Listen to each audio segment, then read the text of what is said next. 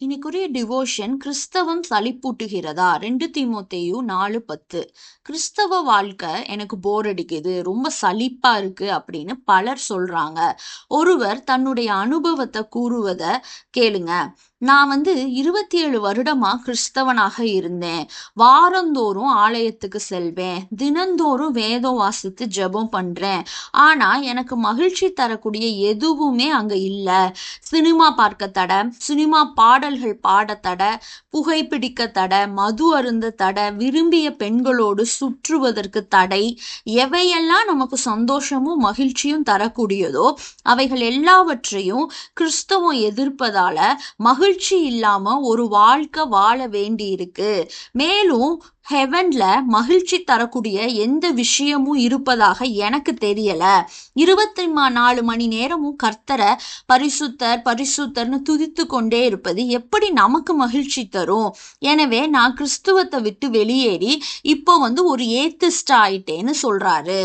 கிறிஸ்தவம் போர் அடிக்குது அப்படின்னு சொல்லுபவர்கள் கர்த்தரை இன்னும் உண்மையா ருசி பார்க்கல அப்படிங்கிறது தான் உண்மை. கர்த்தர் நல்லவர் என்பதை ருசித்து பாருங்கள்னு சங்கீதக்காரன்ல சொல்றாங்க. கர்த்தரை ருசி பார்க்காம தாங்கள் இந்த உலகத்துல எது சுவையானது அப்படிங்கிறத அவங்களாவே டிசைட் பண்ணிக்கிறாங்க. ஒரு கங்கை நீரின் சுவைய சுவைக்காத வர குளத்து நீர்ல இருக்க தண்ணி கூட சில பேருக்கு தித்திப்பாதான் தெரியும். பாவம் செய்வதல்ல, பாவம் செய்யாமல் இருப்பதே அதிக சந்தோஷத்தையும் நிம்மதியையும் தரும் அப்படின்னு அவங்களுக்குலாம் தெரியாம இருக்கு. பாவம் செய்த தாவீது தன்னுடைய மகிழ்ச்சியை இழந்து போறாரு.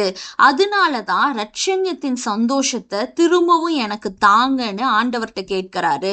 சந்தோஷம் என்பது பரிசுத்த ஆவியின் கனிகள்ல ஒன்று. அதனாலதான் தாவீது பரிசுத்த ஆவிய என்னிடத்துல இருந்து எடுத்துக்கொள்ளாதிருன்னு கெஞ்சுறார் ஆண்டவர்கிட்ட.